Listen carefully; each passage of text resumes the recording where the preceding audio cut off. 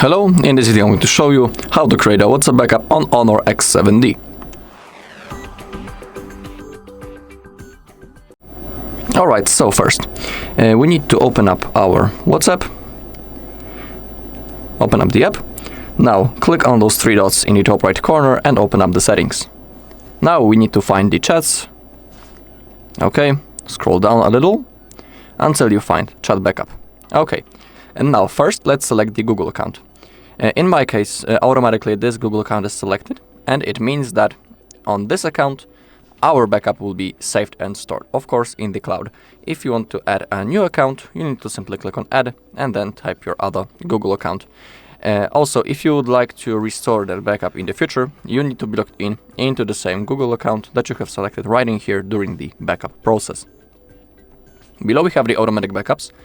Defaultly this option is turned off, but in my case, for example, I put it on the monthly, which means that each month the backup will be automatically made and I don't need to do this manually. It's pretty convenient thing. You can of course set other modes such as daily, weekly, or only when I tap backup. Let's also make sure that include videos feature is enabled.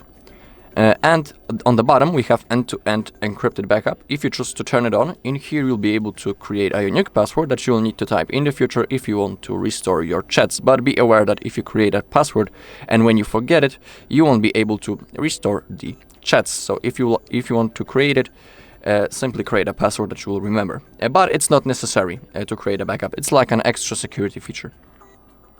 Alright, also, make sure that you have some free Google storage space. If you don't have, you can delete something.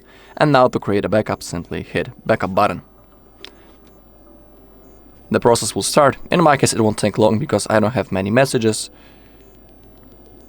Alright, and now as you take a look on the last backup, and when you compare the hour, they are the same, so everything went successfully.